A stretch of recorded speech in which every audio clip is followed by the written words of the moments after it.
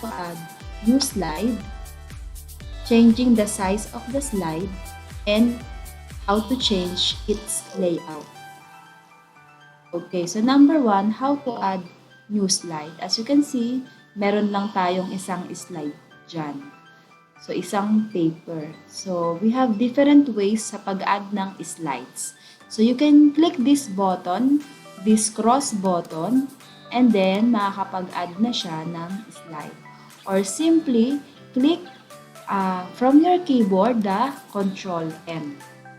Control plus M, sabay mo siyang i-click, okay, to add new slides. Okay, so i-click na ako ng Control M. So automatic, ayan na siya. Or another way to add a slide is to click Insert and click New Slide. So, as you can see, 5 slides siya, naging 6 na. Okay? Okay. So next, adding or changing the size of the slide. Okay, change natin yung size ng ating bond paper. Okay, so papaano? Okay, so go to File and then click Page Setup. And then we have here, naka-widescreen tayo, 16 by 9. So you can also set this one 4 by 3 and then apply it. So, medyo mixy siya yung wide niya. Or, you can customize the size of the paper. Like, for example, yung size ng short bond paper, 8.5 by 11. Okay, so, apply natin. Inches yan. And then, okay, naging patayo na yung ating paper. So, pwede pa rin natin siyang i-custom from page setup. Balik pa rin natin 11 by 8.5 para maging, okay, maging landscape. Usually, ganito ang size ng isang slides na naka-landscape siya or nakapahiga. Next, how to change the layout. So, ito yung layout. Ito yung tutukoy, okay, na layout ng mga text. So, you can click this one, itong arrow down. Okay, we have different layout option. So, pwede natin siyang i-modify. Okay? Yan. And lastly, how to add themes. Again, yung themes, it is a design that you can apply to your entire slide. Okay, so papaano ba tayo makapag-add ng themes? So as you can see dito sa gilid at the right side of the window, ito po yun, pwede tayong makapag-add ng themes dyan or ng design.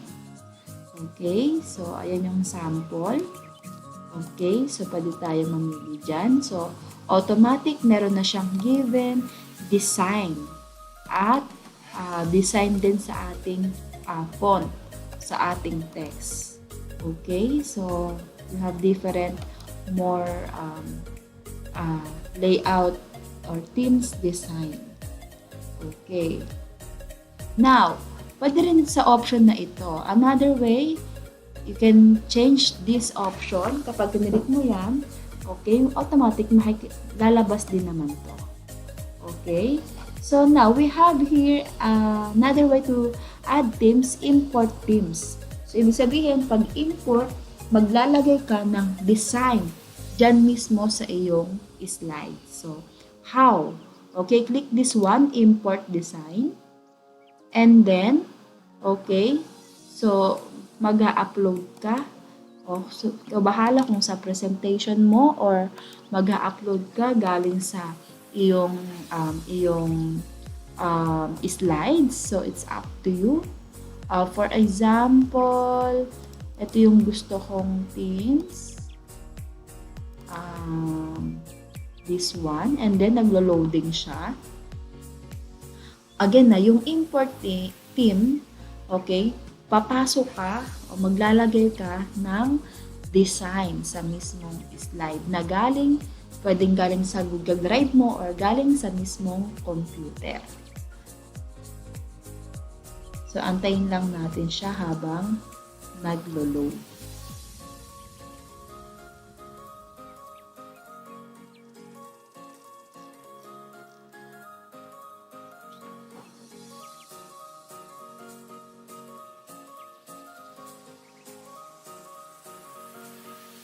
Okay, depende sa inyo. Depende kung gaano kabigat yung files. Pag konti lang naman, pwedeng mabilis siya mag-upload.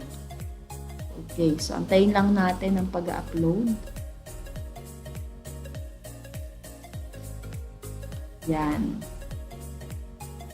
So, ito lang yung nakuha kong theme.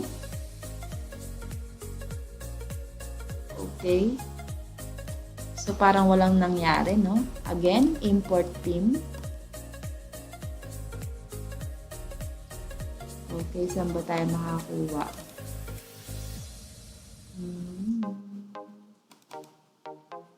For example, in this one, okay.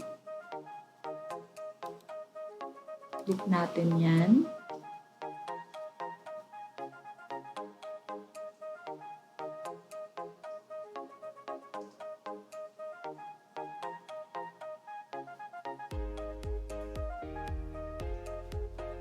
For example, ito yung design na gusto ko.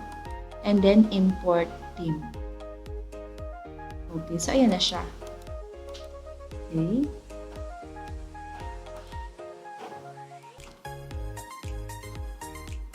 And then, how to organize your slides. For example, this is number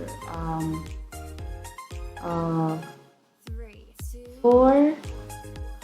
Okay, number 3, i-arrange mo yung slide number. Okay, so, for example, dapat ito sa pangalawa. So, i-drag mo lang siya. Okay, you can also drag. Okay, drag it.